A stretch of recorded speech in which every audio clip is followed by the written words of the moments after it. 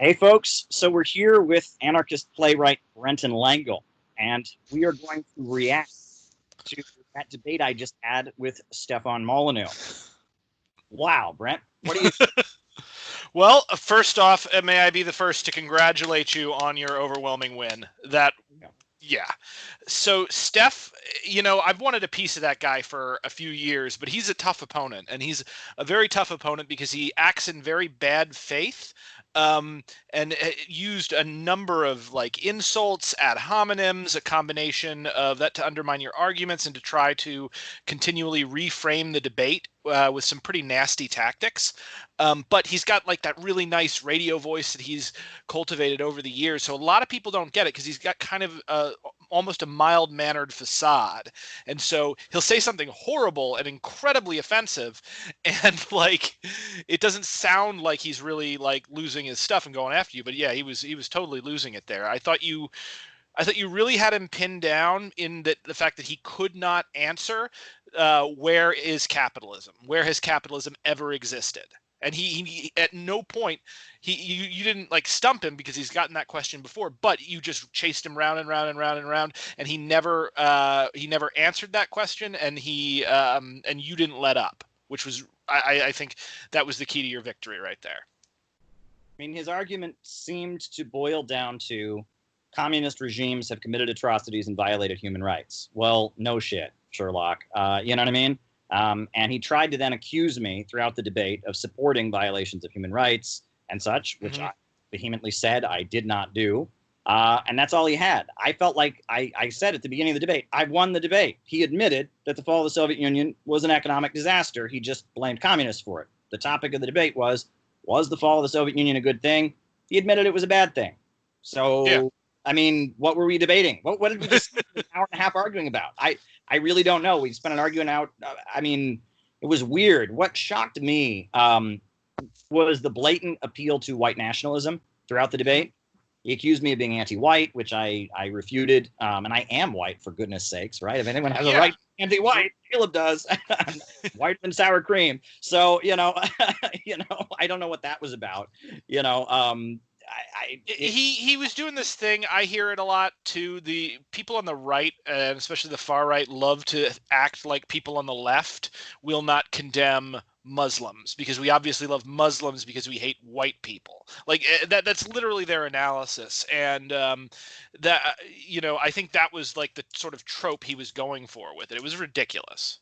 It really was. And again, like I feel like I was expecting a much stronger debate.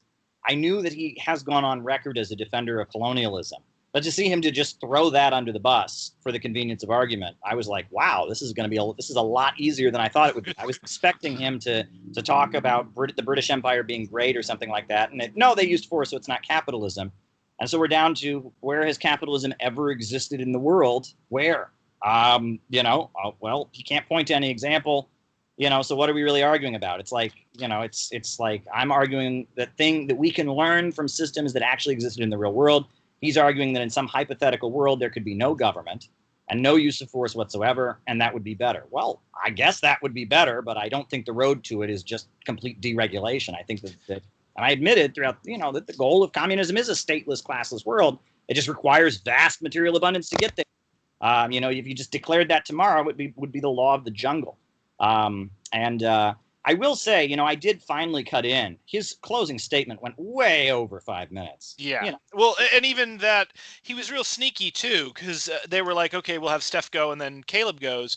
And he's like, no, I'd like Caleb to go first. He did that. He did that so he would be the last thing that people heard, so people would give more weight to his argument, and he could go on as long as he wanted.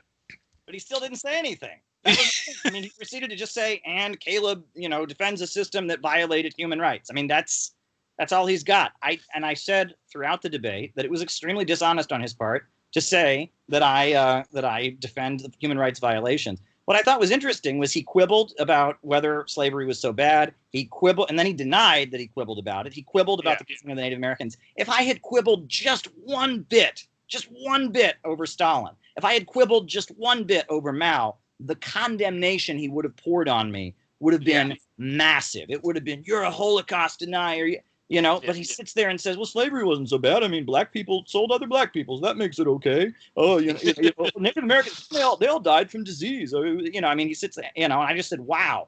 And I knew that he wanted me to get all, he wanted to argue about that. That's what he wants to argue about. That's the weird thing. He really does represent that alt-right, libertarian to alt-right pipeline, because he was really there to argue about white nationalism. He wasn't there to argue about communism versus free markets or whatever.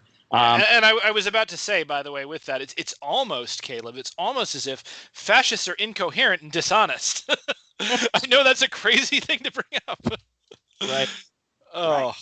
And it was weird. I predicted in my opening statement what this debate would be. And I said, we're going to hear every Solzhenitsyn allegation against the Soviet Union. But that's not an argument. That's what I said in my opening statement. We're arguing about, was the fall of the Soviet Union the demolition of a country that was once prosperous, the free trade imposition on it, was that a good thing? I said, no, it wasn't. And he agreed with me, but it was communist fault. And then we moved on. And I thought it was also interesting that I pointed out in my opening that the reason Russia's economy started to improve around 1999, 2000 was because Putin got in power and reestablished and reasserted elements of state control. It's not a Marxist country anymore. But it's centered around a government-run oil company, and it's more of a social democratic model than it was in the 1990s when Boris Yeltsin, who was a good friend of Bill Clinton, was there, and they were letting BP loot the place, and Bill Browder and all of that. That's and I think he didn't even know what to do with that. He was just like a deer in the headlights at that point. I think if we could see him, I mean, if we had a his face. Because he looks like a deer in the headlights a lot, to be fair to him. The original proposal I'd gotten for the debate was to have a debate, is Russia better off since the fall of the Soviet Union? And I said, no, I don't like that topic because they are better off. During the fall of the Soviet Union, there was a big, blockade that they weren't allowed to get any computer technology from the West. Well, now they have all kinds of computer technology. They couldn't drink Coca-Cola. They couldn't import any Western products during the time of the Soviet Union. Now they can, I mean, in some ways, in a lot of ways, I would say Russia is better off than the fall of the Soviet Union. Obviously, there are some big differences. There's a lot more poverty now, for example. There's unemployment and stuff. But regardless, I mean, you could make the argument. So I didn't really want to have the debate. I wanted to well, you find yourself arguing, is the future, like far in the future, better than the past? Because technology advances as well, and populations grow, and GDP goes up. I mean, so, not only are you arguing about economic systems, but if you'd gone in that direction, you would have been arguing against time, essentially. Right. I mean, the future is an advance over the past. There are people who don't agree with that, though. There's a lot of traditionalists and conservatives around the world, not in the United States, around the world who would quibble with me there, but I don't think Stefan would have. I should bring up, by the way, also, I feel like he was desperately trying to keep control of the frame of the debate by pretending ignorance. Like when he was saying, like, I don't know what you're even talking about here. I don't understand. Like, you were speaking very plainly, but what he was doing was he was trying to keep control of it. And he kept like trying to be both the debater and the mod.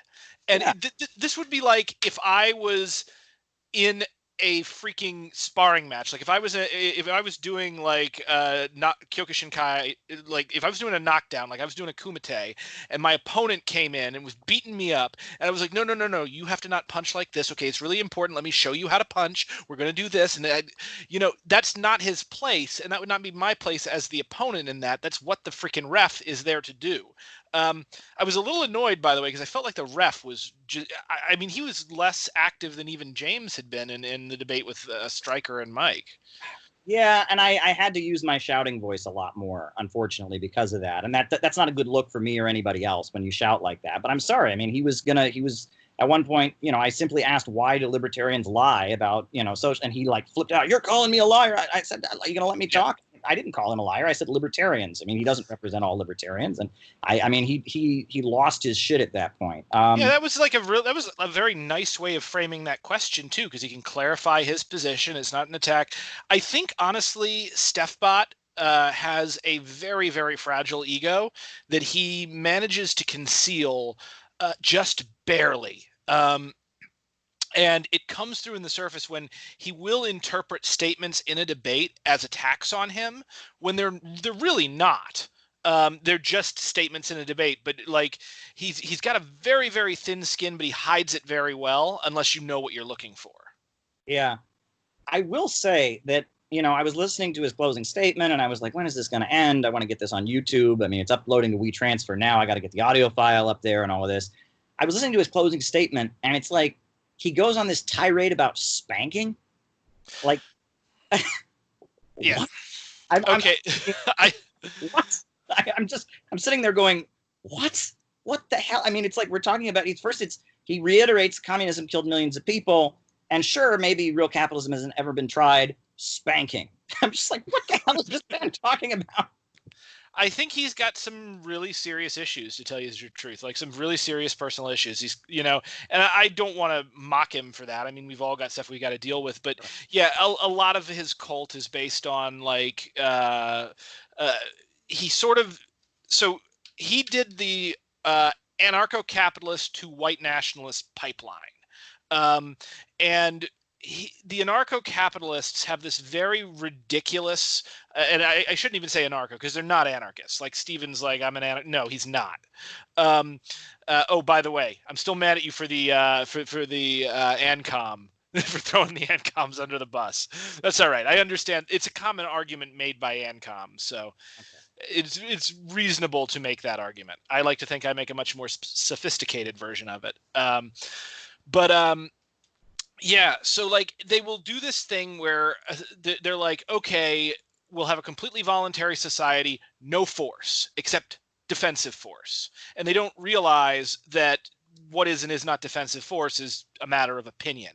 So they'll say NAP, and what happens is that in practice, the stronger party of the two always wins, because both parties genuinely believe that they are just defending themselves when they're attacking the other party quite frequently. I mean, Israel and Gaza, great example.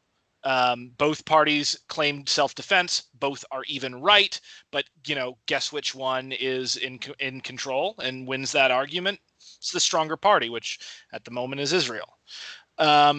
So like the non-spanking, it's like him getting beat up as a kid, assuming that happened, led into his adoption of this idiotic non-aggression principle idea. And then that leads into his argument, his criticism of the state and what he puts forward as capitalism, and he defines it in purely negative terms. It's a lack of coercion.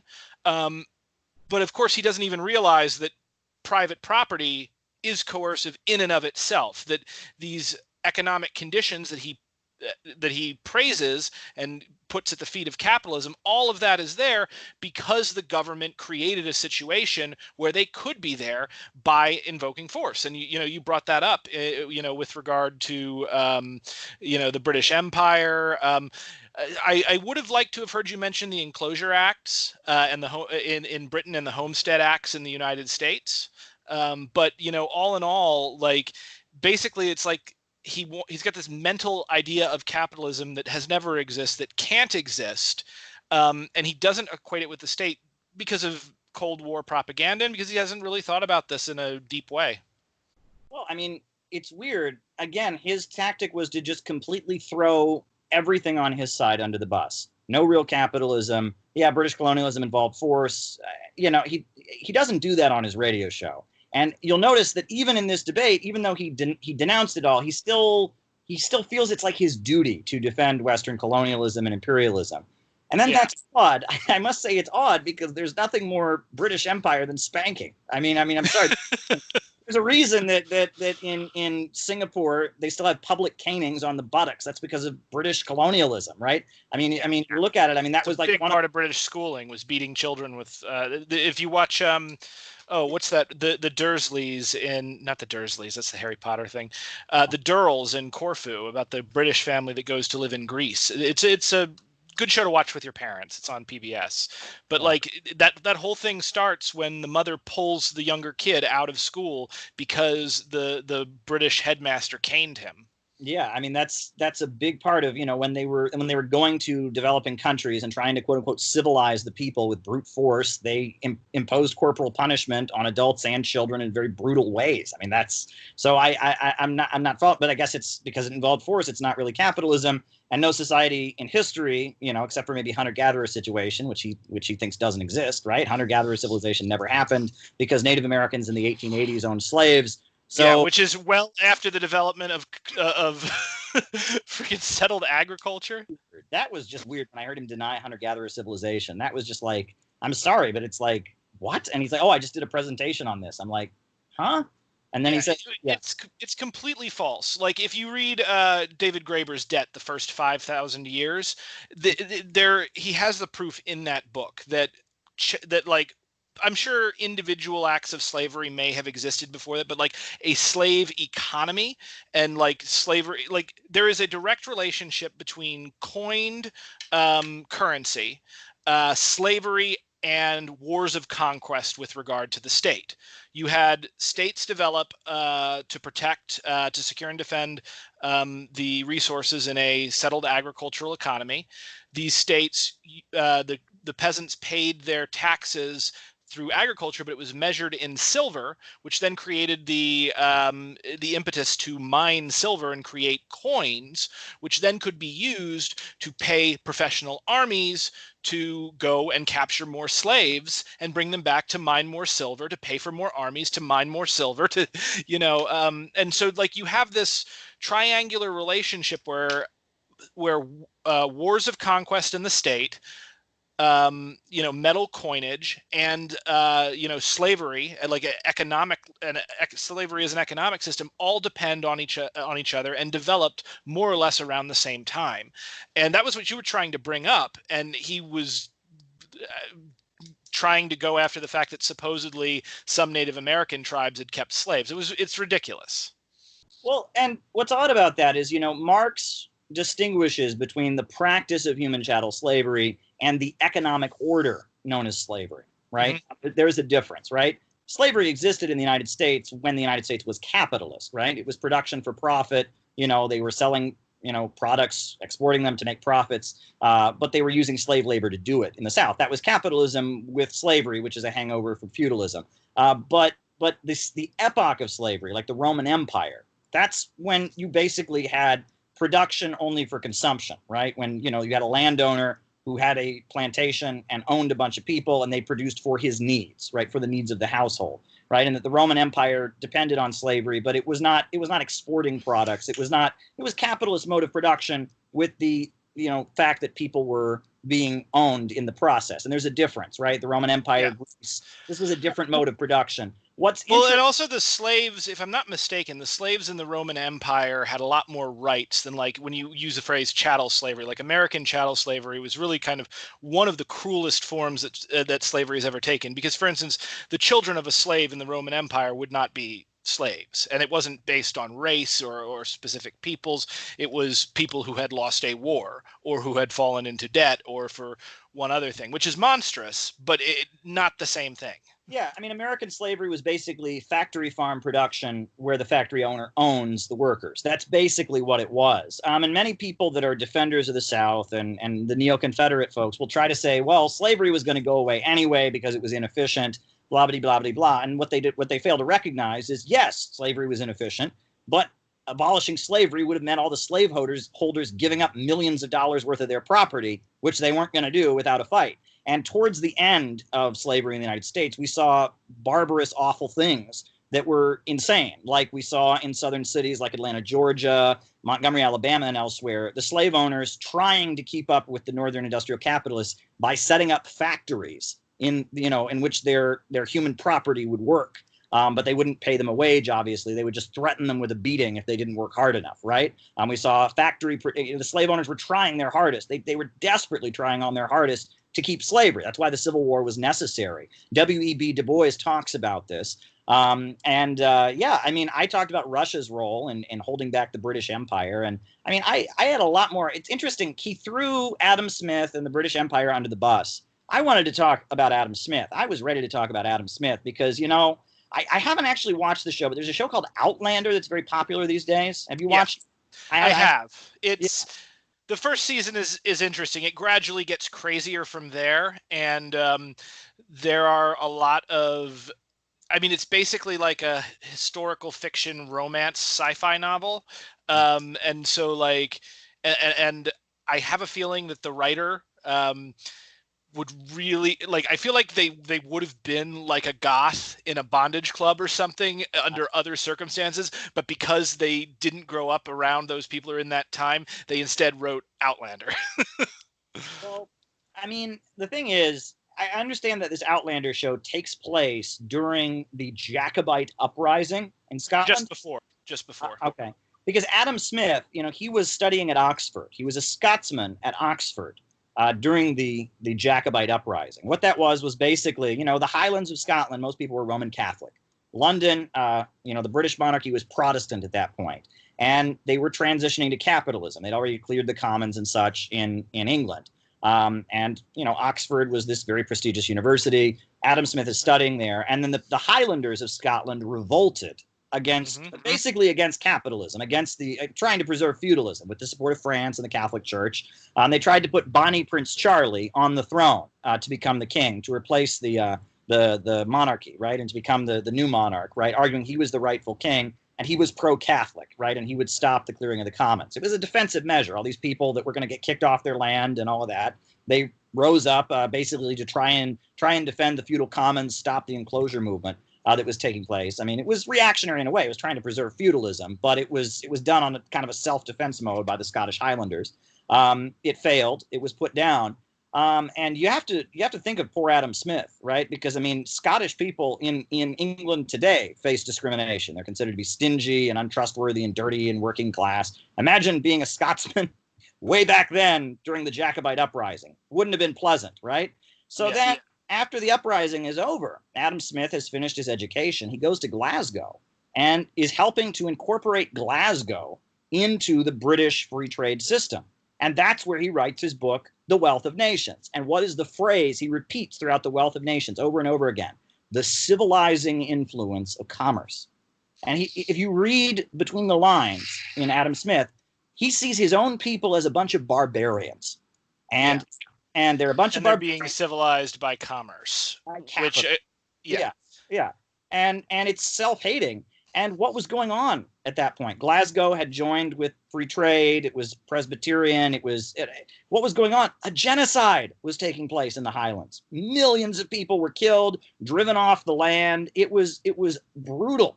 And there's a lot of traditional folk songs that were written at that time. Like you go to Appalachia, there's all kinds of songs about Bonnie Prince Charlie, over the river to feed my sheep, over the river Charlie. It's about that. The reason Southerners in the United States, not the aristocratic ones who owned the slaves, but low-income Southerners tend to have Scottish last names is because of the fact that they were driven off their land and forced to flee to the United States. So a genocide is taking place against his own people. And he's agreeing with the people committing the genocide and writing a book like, my people are savages. They don't understand the civilizing influence of commerce. Adam Smith is a real head case, really. I mean, seriously, right? And the invisible hand of God, the free market, just naturally fixes everything. I mean, Adam Smith, his ideas have killed millions of people.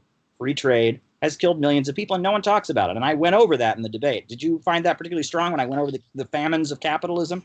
Yeah, I did, and I'm glad you brought that up, and I'm glad you brought up like the Bengal famine, and I was waiting for you to drop that the British East India Company starved 10% of the Indian subcontinent to death in a single year. I didn't hear that, but you did point out some other famines, and that makes sense because like they didn't actually give a detailed death toll. They're just like 10%, 1 in 10 died.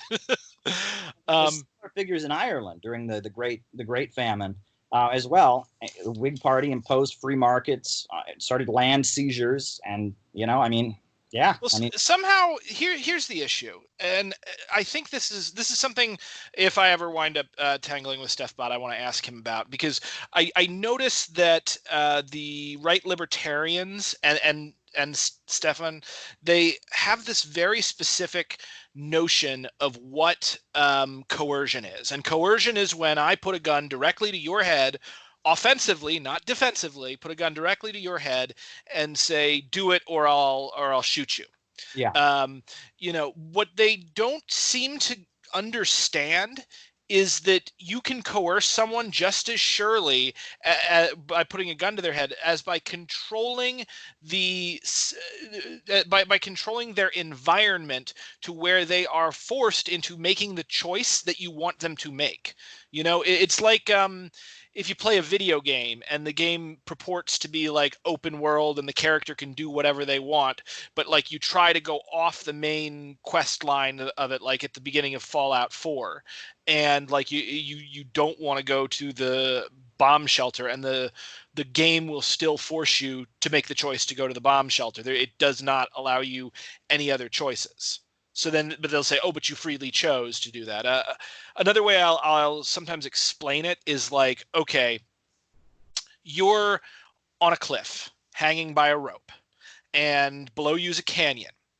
And on the other end of the rope, there's a guy that's got the other end of the rope, and he says, "Give me your watch or I drop you." Has that man robbed you? Or did you voluntarily give him your watch?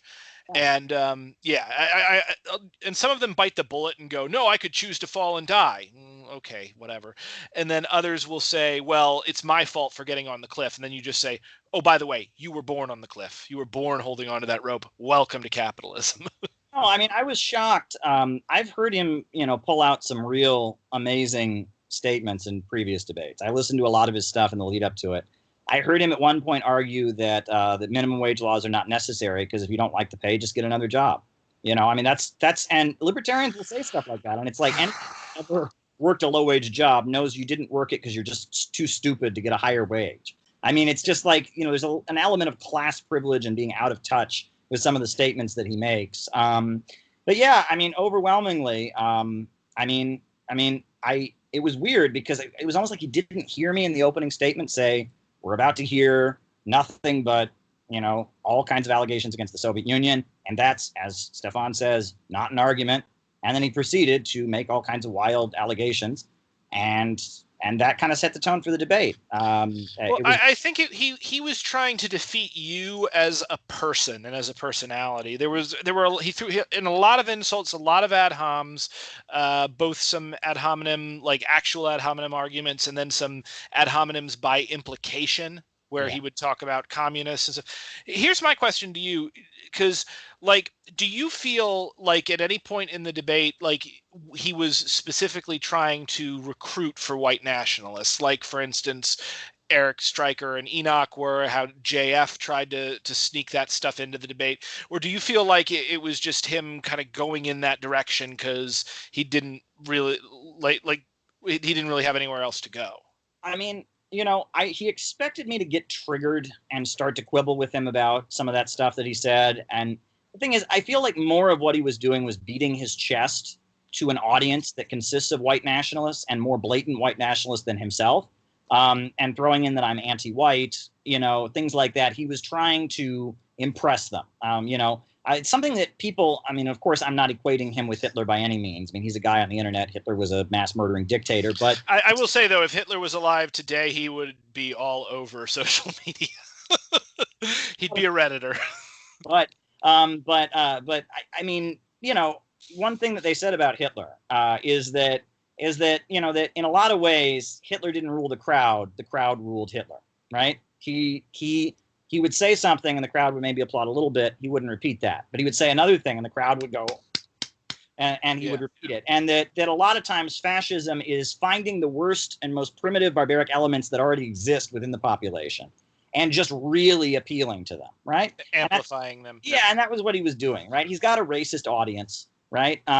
He's ideologically libertarian, but he knows that when he starts to play this idea that white people are the victims of this cruel white-hating left that's going to commit white genocide, and he knows that's a crowd pleaser among his fans, and that's many people who've observed him over the years have noted that he started out a little more doctrinaire libertarian and got into this racism stuff because it sold tickets, because that's the way the wind was blowing. Because at this point, and I wanted to say this. I mean, again, he threw it all under the bus, so I didn't have the opportunity to. I could just ridicule him for throwing it under the bus, but the opposition to the civil rights movement in the United States was led by libertarians and was making libertarian arguments, right? The John Birch Society Look at the White Citizens Council. They sounded just like him. It's a violation of my rights. Why does the federal government have to tell me what my store is? This is communist conspiracy. Civil rights. The Civil Rights Act is communism. It's led by communists. Communists have killed millions of people. There's Communist March for Civil. It's the same shit. It's the same shit, right? Yeah. The signs. Look at the signs of these people. Race mixing is communism.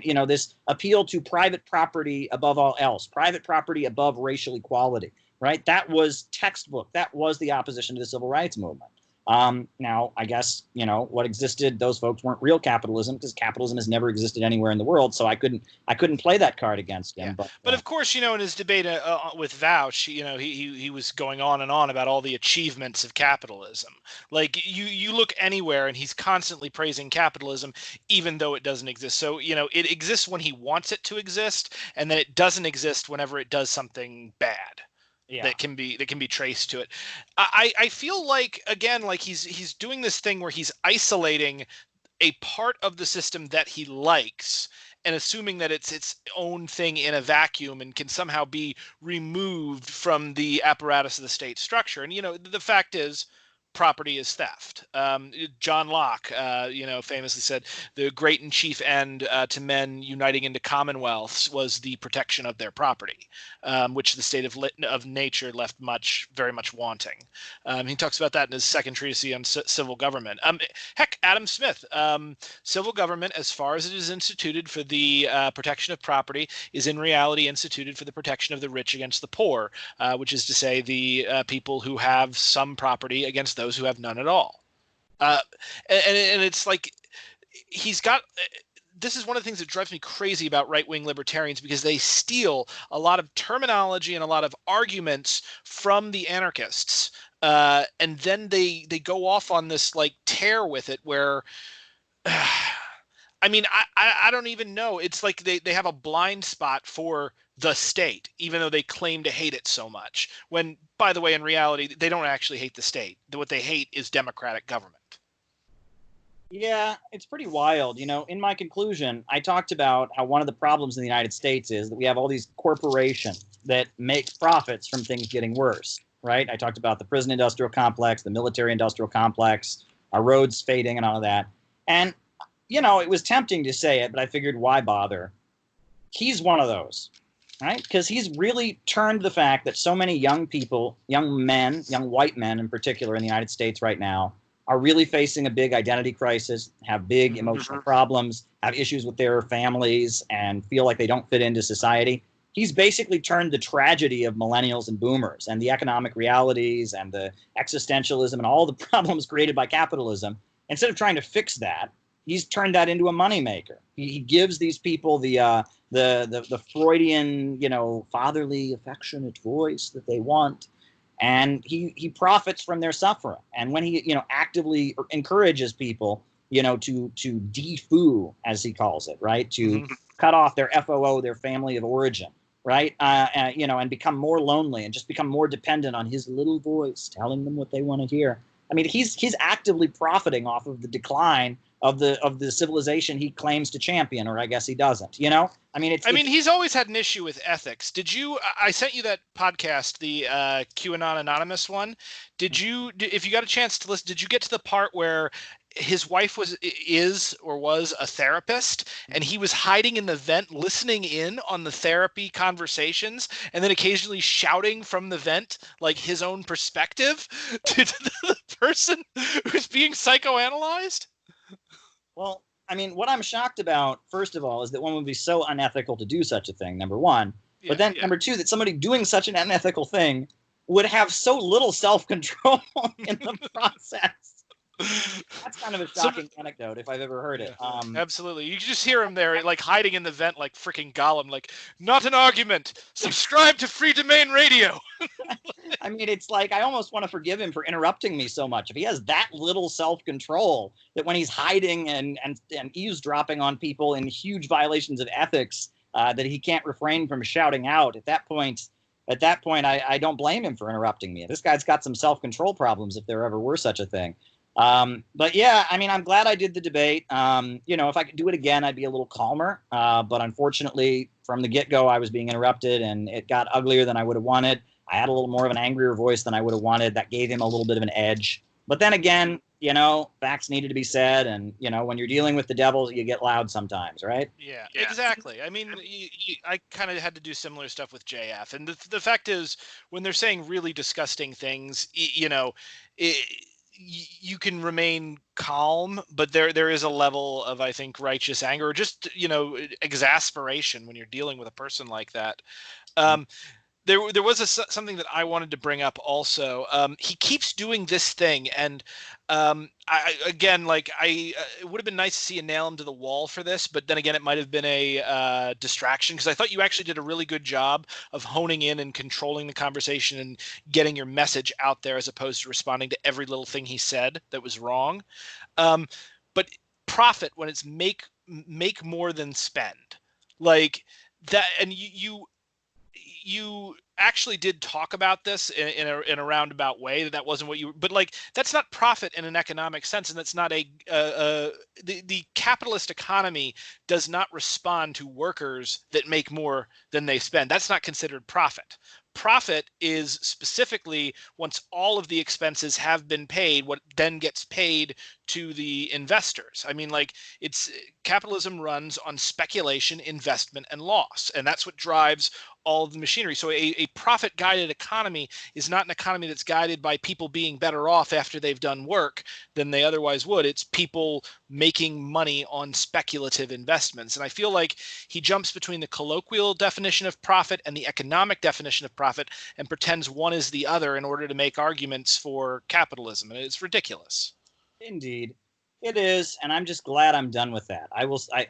You know, it was weird. I really tried my hardest to be as calm as I possibly could during that debate, and you could tell how hard that was. My wife made me a nice cup of tea, which I drank, and I drank my cup of tea, and I just sat there and did it, and I'm glad. I feel like I've been cleansed. You know what I mean? I feel like, Yeah. like it was like I had an infection in the lead up to this debate. Like, I'm gonna have to talk to Molyneux, you know, and my stomach was.